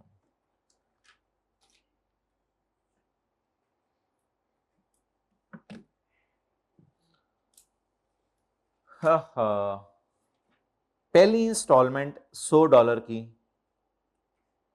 30 जून 24 को हमने वापस कर दिया। 2024 के साल में पहली इंस्टॉलमेंट हमने वापस कर दी है। उस वक्त डॉलर जो है उसका रेट डल रहा है 100 रुपया। उस वक्त डॉलर का रेट कितना चल रहा है? 100 रुपया। यानी मुझे $100 वापस करने थे, ज़रब 100, तो मैंने 10,000 रुपये वापस की। 10,000 को इग्नोर करें, मुझे डॉलर का रेट बताएं क्या हो गया। और डॉलर कितने वापस किए? अब मुझे बता दें, जिस दिन मैंने डॉलर वापस किए उस दिन डॉलर कितने का था? तो मुझे 2 का क्या आ गया? 2 का क्या आ गया? Exchange loss. अब माय डियर मुझे ये बता दें सारे कि मैं शुरू कहां से करूं। हाँ सॉरी जी, ये बात तो याद रखिएगा ना, ये तो एक दूसरा कॉन्सेप्ट अभी मैंने आपको पढ़ाया। शुरू कहां से करें? नेट से। मुझे कोई बताए मैंने दुकानदार को कितने पैसे दिए? 2 लाख। और हुकूमत ने कितने दिए? वो जो 50 रुपए और 5 रुपए थे अभी। मुझे बता दें मैं शुरू कहां से करूं? 1,90,000। शुरू हम किया करेंगे नेट से। और माय डियर आप बताएं इसमें एडजस्टमेंट करनी है या नहीं करनी? सिनेरियो कौन सा वाला है?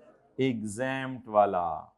आप बता दें एडजस्टमेंट करनी है या नहीं करनी। बस नेट से शुरू करें और खत्म भी नेट पे ही करना है। डन। तो अल्लाह का शुक्र है प्लांट को मैं कहां से स्टार्ट करूंगा? 2 लाख से या 1,90,000 से? लेकिन माय डियर लॉस आ रहा है। लॉस तो अगली एडजस्टमेंट है ना, वो तो अलग कॉन्सेप्ट है। हुकूमत ने तोहफा दिया अलग है, बाहर से लोन लिया अलग बात है। ये जो लॉस आ रहे हैं मुझे, लॉस की नेचर क्या होती है? हाइब्रिड वालों जरा बताओ लॉस की नेचर क्या होती है? डेबिट है तो दायां हाथ, क्रेडिट है तो बायां हाथ। हाथ ही नहीं पता चल रहा कौन सा उठाना है। अच्छा, डेबिट। लॉस की नेचर क्या है? डेबिट। और एसेट की नेचर? अब मुझे कोई बता दे खेलना किससे है? $700 से या $600 से या $100 से? एक्सीलेंट। आप लोग तो लगते कल सीख के आए हैं किसी से सारा। $100 से खेलना है। खेलना किससे है भाई? हम ऐड किया करेंगे एसेट की कॉस्ट में, जैसे ट्रांसपोर्टेशन वगैरह नहीं ऐड होती थी, उस तरह हम ऐड किया करेंगे एक्सचेंज लॉस। कितने डॉलर?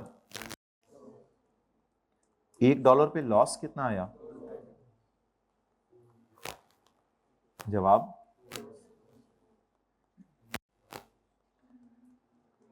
1,90,200। 1,90,000। ये लाइन काट दें, ये तो ऐसे कंफ्यूजिंग सी है। स्टार्ट कहां से करेंगे? स्टार्ट कहां से करेंगे? नेट से। और एक्सचेंज लॉस इसमें क्या करेंगे? और शुरू कहां से करेंगे? 1,90,200। तो खूबसूरत सा करके ना सफे के ऊपर ही ये वर्किंग कर लें और कॉस्ट निकाल लें जरा, ताकि आपको भी रिवाइज हो जाए। सफे के ऊपर ही छोटा सा करके।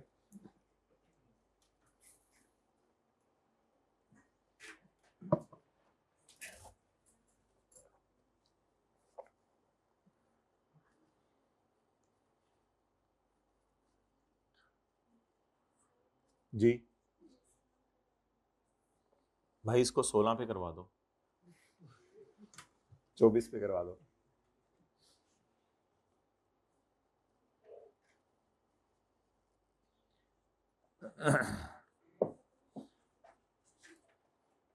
पहला पेपर कब है आप लोगों का? 2 तारीख को। 2 तारीख को कौन सा पेपर है? किलो।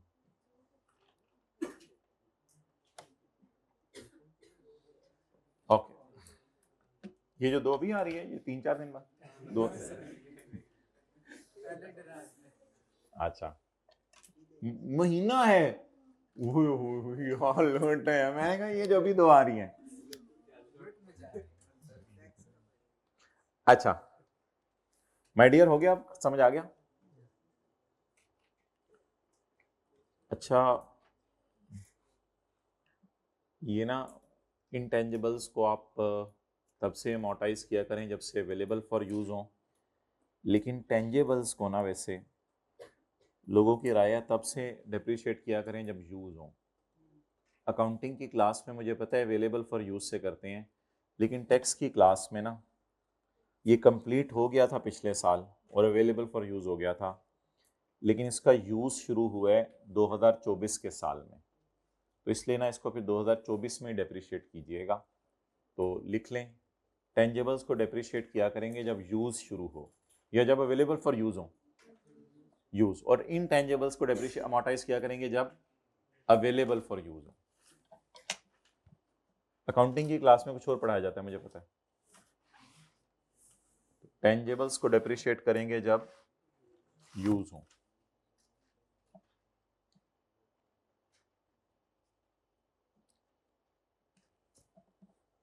ओके हाँ जी, इंटेंजिबल्स को जब अवेलेबल फॉर यूज हो। अच्छा माय डियर, पूरा सवाल एक दफा पढ़ा दें।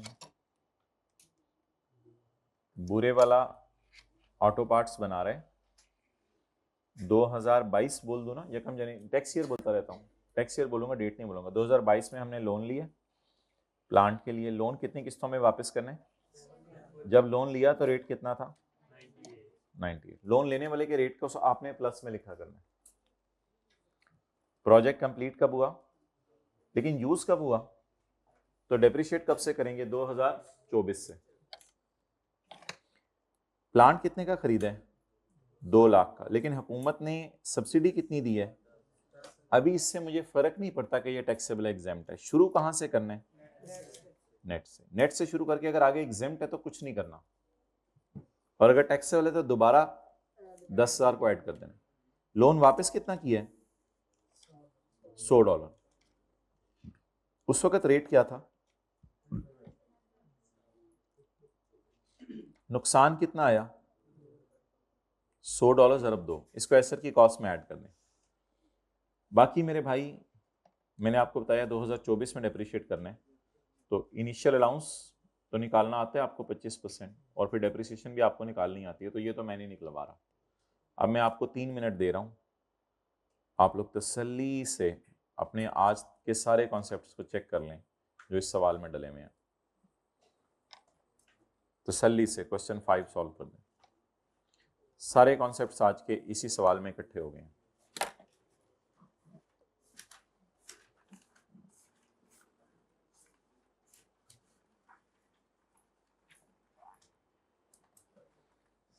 जो 3 मिनट में कर ले हाथ खड़ा कर दें।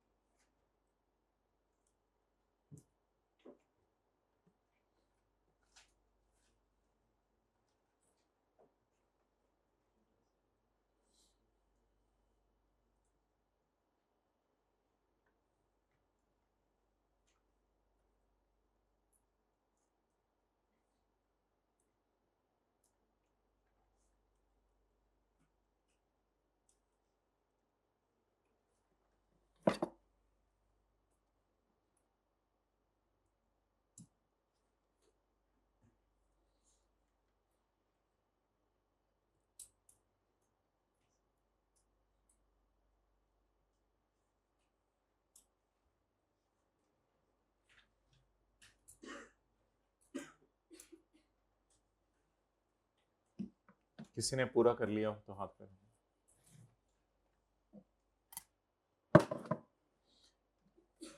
चेक कर लिए सोल्यूशन सही है?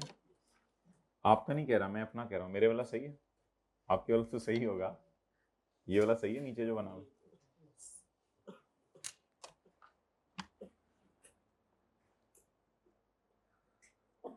एन आंटिटी, कौन सी आंटी? टी वाली। An entity, an entity decided to finance the cost of purchasing a plant with a loan in it obtained loan of 2000। अच्छा, लिया जो लोन है उसकी टेंशन नहीं लेनी, क्या देखना है उसमें से? बोले ना अल्फाज को, असल में जो रीपे किया एक्सचेंज लॉस गेन तो उस पे आएगा। वापस कितना लोन दिया अभी छोड़ें, कितना लोन लिया? 2000। अच्छा, जब लोन लिया तो रेट कितना है? 1.4। हमारे साल के एंड पे $300 वापस हो गया, जब एक्सचेंज रेट कितना है? ये दो मजे हैं। 3 का गेन। असल में जब हमने लोन लिया तो $140 का था, तो $137 का हो गया, सस्ता हो गया। लेकिन हमने तो सस्ता महंगा नहीं देखते, हम तो ऊपर इनफ्लो के साथ प्लस लिखते हैं, आउटफ्लो के साथ माइनस। खुद ही अल्लाह का शुक्र है फॉर्मूला गेन दे देते हैं। 3 का क्या आ गया? Gain. Asset is purchase for 5 lakh. दुकानदार को कितने दिए हैं? दुकानदार को 5 लाख। शहबाज शरीफ ने कितने दिए हैं? अभी इस लाइन को ना पढ़ें, अभी इस लाइन को ना पढ़ा करें। शुरू कहां से करें? नेट से। कितना बेहतर है? 480 की ना कैलकुलेशन शो कर दीजिएगा पेपर में, 5 लाख माइनस 20 शो कर दीजिएगा, ऐसे डायरेक्ट नेट ना कीजिएगा। शुरू कहां से करें माय डियर? नेट से। पहले जरा सब्सिडी को फारग कर दें, फिर लोन की तरफ आ जाते हैं। टैक्स से तो इसको तो गम होगा, फिर गम को कंपनसेट करें। नहीं, वो आप लोन की बात कर रहे हो, मैं अभी लोन की बात नहीं कर रहा, मैं सब्सिडी की बात कर रहा हूं। अभी सब्सिडी के साथ क्या करना है? दोबारा ऐड कर दें जिसको माइनस किया था। ये कंसेप्ट अलग है सब्सिडी वाला माय डियर, ये है सेक्शन 76 का 10, और लोन वाला कॉन्सेप्ट अलग है। लोन है सेक्शन 76 का 6 है,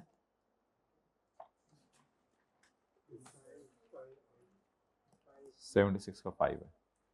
अच्छा, एक्सचेंज गेन। अच्छा, इसको दोबारा ऐड कर दें। हाँ, गेन आ गया है। एसेट किस नेचर का अकाउंट है? डेबिट नेचर का। अच्छा, और गेन इसको तो नेट करना पड़ेगा, इसको नेट करना पड़ेगा। कितने डॉलर लोन लिया, कितना वापस किया? तो फिर 1700 से खेलें। नहीं नहीं नहीं, 300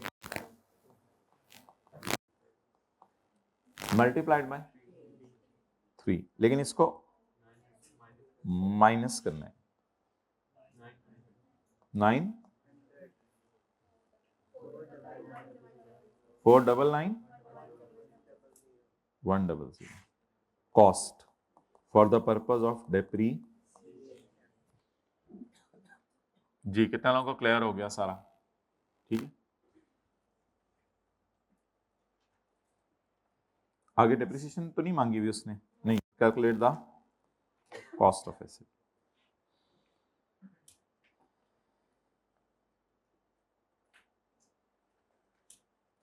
इधर आ जाए। अब किधर है?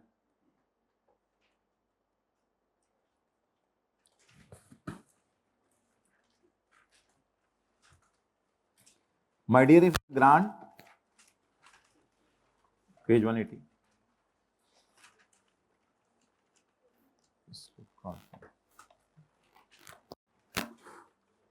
बोले my dear, if the grant, if the subsidy, if the rebate, if the commission or assistance is chargeable to tax, then it will be added in the cost से मुराद नेट कॉस्ट है। कुछ बच्चे समझते हैं 50 को 55 पे ले जाने, नहीं नहीं, it will be added in the net cost, it will be added in the net cost. का पेपर नहीं लिख के आना, it will be added in the cost. बताएं फिक्रा भाई। इफ द ग्रांट, सब्सिडी और commission is taxable, then it will be added in the cost. कुछ बच्चे ये समझते हैं अंग्रेजी पढ़ के कि इस 50 में 5 ऐड करके 55 पे ले जाना है। नहीं, मैंने आपको नेट लिखवा दिया। वो लॉ में डीप बातें होती हैं सारी, हर एक के ऊपर बहस ना किया करें। तो it will be added in the cost. इसको कॉस्ट में क्या कर दिया जाएगा? ऐड कर दिया जाएगा। दोबारा याद कर लें, if the grant is taxable, it will be added in the cost.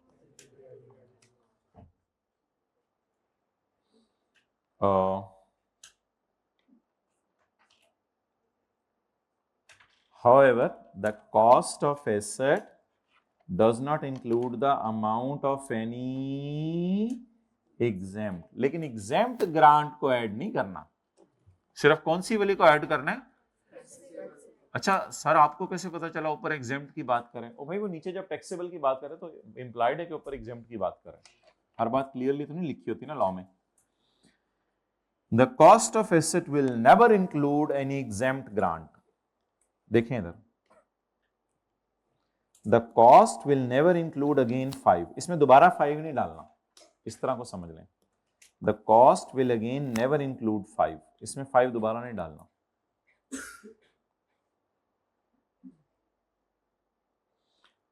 The cost of an asset will never include grant other assistance received in respect of acquisition of asset other than a loan। Loan के ऊपर ये section नहीं लगता। Loan की कौन सी example कराई थी अभी मैंने? लोन के ऊपर ये सेक्शन नहीं लगता। लोन की भी एग्जांपल कराई थी मैंने, क्वेश्चन 3 पेज 182। लोन के ऊपर ये सेक्शन नहीं लगता। लोन के ऊपर ये सेक्शन नहीं लगता। एग्जेम्प्ट की भी एग्जांपल की थी, question number 2 page 182। Question number 2 या 1? Question 1 page 182। और टैक्सेबल की भी अभी एग्जांपल की थी, चार्जेबल। क्वेश्चन 2 पेज डन जी।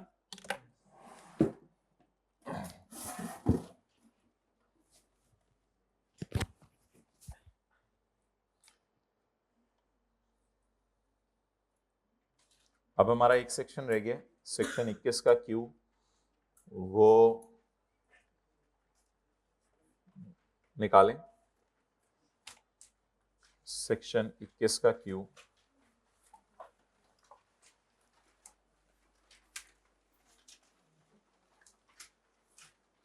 ये आसान सा कॉन्सेप्ट है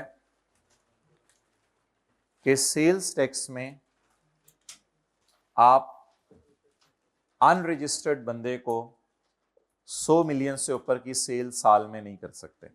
सेल्स टैक्स में नहीं होता था वर्किंग 3, लेकिन वो वर्किंग 3 से मैं कंपेयर नहीं करूंगा क्योंकि वो हर महीने बनती थी। अभी तो हम इनकम टैक्स में आ गए ना, तो इसमें होता था ना working 3, sale to no further tax, further tax. Further tax वाली में एक बंदे को, 2 को कर दें कोई मसला नहीं, एक बंदे को 100 मिलियन से ऊपर की सेल नहीं कर सकते साल में। कम करनी है कर दें कोई मसला नहीं। Any expenditure of a industrial undertaking, factory वगैरह, for sale made to a person who is not registered under sales tax act. वो जो वर्किंग 3 में यहां आते थे, working 3 sales to unregistered. Any expenditure of industrial undertaking for sale made to, बोले a person who is, तो उसके लिए ये फॉर्मूला लगेगा, उसके लिए ये फॉर्मूला लगेगा। A is the deduction claim, B is the sale for the year, and C is the sale made to a person who is not registered, where sale equal 100 million की भी नहीं कर सकते, where sale equal or exceed 100 million, सिर्फ एक बंदे को। अगर 2 को 60 मिलियन की कर दें खैर है, एक बंदे को नहीं कर सकते। Disallowance shell never exceed 10% of total deduction. तो आसान सी कैलकुलेशन आपने मुझे भी बतानी है। कैलकुलेटर्स हाथों में पकड़ लें। अपोर्शनमेंट की वर्किंग आती है? अपोर्शनमेंट की वर्किंग, वर्किंग 2 कभी की थी? वर्किंग 2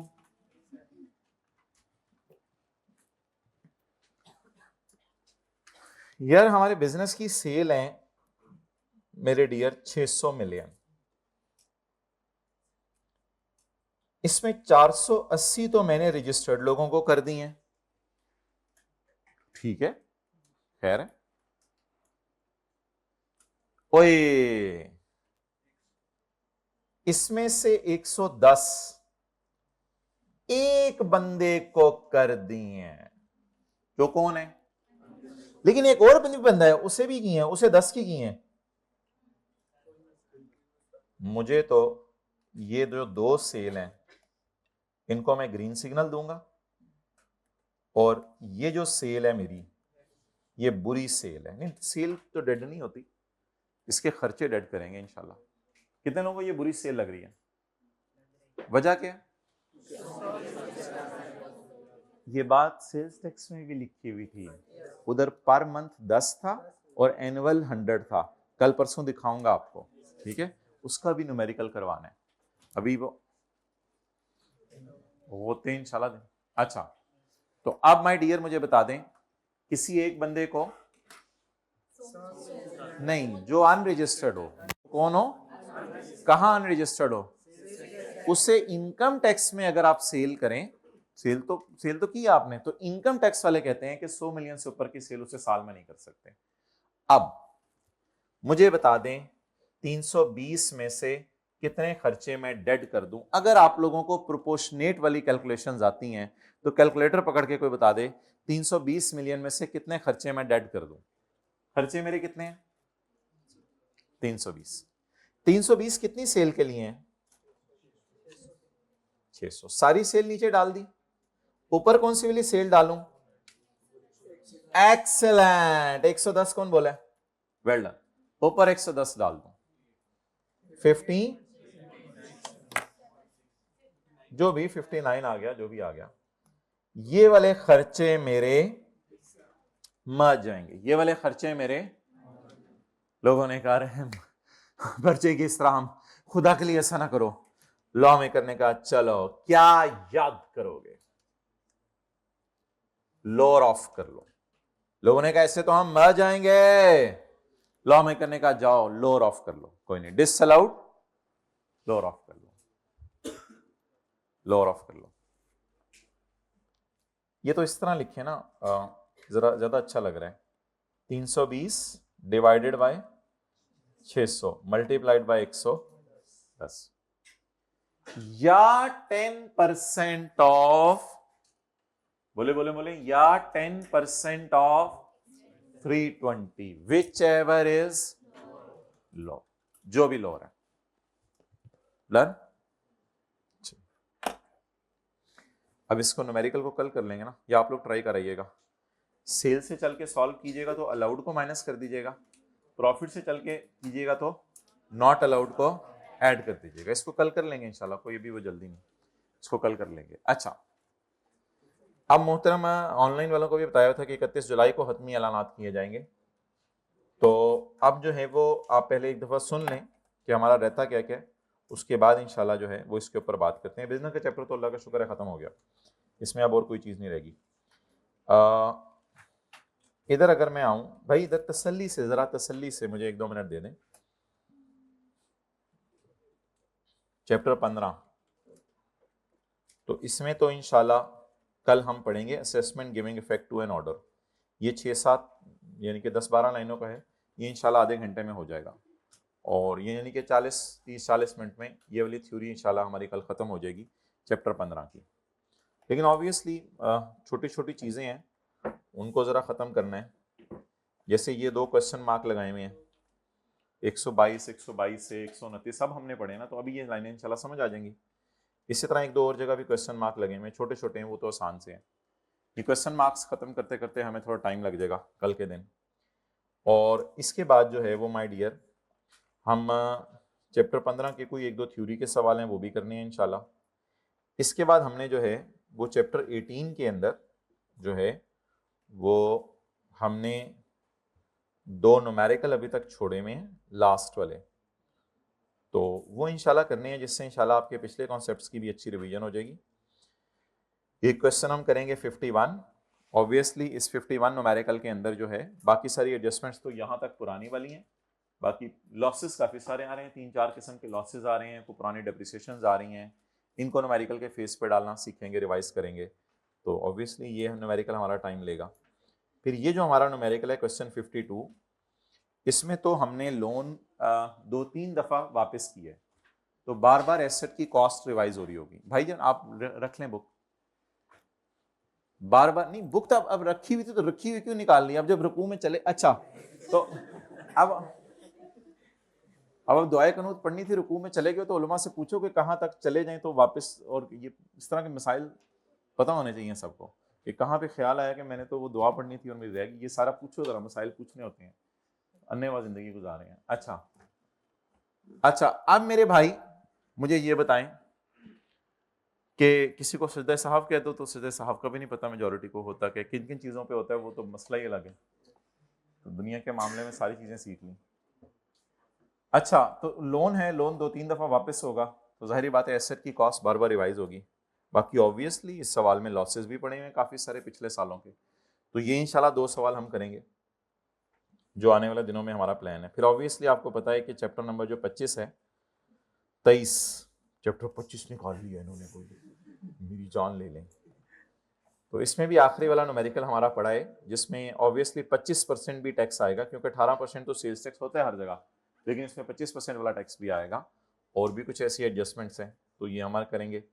और इसके अलावा कुछ ऐसे खूबसूरत से हमने थ्योरी के अभी सवाल भी रखे हुए हैं, जिनमें एक अच्छे कॉन्सेप्ट्स की जो है वो पिछले वालों की रिवीजन है। मिसाल के तौर पे देखें, चैप्टर नंबर 7 है, तो मतलब ये कि बच्चे कहते हैं जो ओ मोगी गाल यार, चल यार चलिए, मोगी गाल नहीं, हले शुरू ही है, ये मुझे पता है क्या कराया क्या नहीं कराया। ये क्वेश्चन 13 है, बड़ा ज़बरदस्त किस्म का। इसमें हम देखेंगे फॉरेन इनकम्स को कैसे ट्रीट करते हैं, रेजिडेंट नॉन रेजिडेंट कैसे निकालते हैं। इस तरह के काफ़ी थ्योरी के सवाल हमने रखे हुए हैं, जिनको हमने एंड पे डिस्कस करना था, ताकि सारे चैप्टर्स पढ़ने के बाद इनके ऊपर कोई कंक्लूजन लें। फिर हम जो है वो ऑब्वियसली एक जब अच्छी हमारी रिवीजन और तैयारी हो जाएगी तो हम चैप्टर नंबर 19 के अंदर आएंगे। उसमें तो डिफरेंट जो चैप्टर्स हैं उनके चैप्टर 18 हैं, कौन सा 17 हैं, चैप्टर 17 हैं। उसमें कुछ ऐसे सवाल हैं जो हमने किसी चैप्टर में नहीं डाले थे, वो इंशाल्लाह हम करेंगे। जैसे एक दफ़ा सवाल में 7-8 किस्म की इंटरेस्ट इनकम आ गई थी और उसकी ट्रीटमेंट उसने पूछी थी। अब ये पढ़ा तो सारा हुआ है हमने, लेकिन जब इकट्ठे एक जगह पे आएगा तो उसको भी हम देखेंगे। तो इंशाल्लाह बहुत कुछ हमने आपके लिए भी रखा हुआ है। तो अब जो है वो ये सारी चीज़ें सॉर्ट ऑफ रिवीजन है। थ्योरी तो कल हम इंशाल्लाह कोशिश करेंगे ख़त्म कर दें। तो यकम दो से तो आप लोगों के पेपर शुरू हो रहे हैं ना, तो इसलिए, और वैसे भी 31 का दिन है, तो 2 दिनों की तो गुंजाइश हमारे पास है। उसके बाद भी आपको 30 दिन देने हैं हमने, वो तो इंशाल्लाह हमारी पूरी कोशिश है। 31 का दिन भी उधर से मिलेगा, उधर से 1 का दिन भी मिलेगा, यानी 2 दिन अगर हम अगले आपके ले भी लेंगे तो फिर भी अल्लाह का शुक्र है आपके पास 30 दिन मौजूद होंगे, तो ये तो बड़ी खुशी की बात है। तो कल फ्राइडे है, कल हम नॉर्मल क्लास ही रखेंगे, आधे घंटे की कोई एक्स्ट्रा क्लास रख लेंगे। सैटरडे को इंशाल्लाह हम नॉर्मली आपकी क्लास रखेंगे, इंशाल्लाह कोशिश करेंगे एक्स्ट्रा ना रखनी पड़े। फिर नेक्स्ट वीक में किसी दिन आपको 4-5 घंटे के लिए बुला लिया जाएगा, जिसमें ये जो बाकी न्यूमेरिकल्स आपको बताए हैं ये इंशाल्लाह और थ्योरी के सवाल करवाए जाएंगे। ठीक है जी, अस्सलाम वालेकुम। तो अभी 2 दिन हम नॉर्मल तरीके से चलेंगे, क्योंकि मैंने आपको बता दिया 2 दिन बाद भी आपके पास 30 दिन है। FAR 2 का जिनका पेपर है उनसे बात नहीं करा मैं।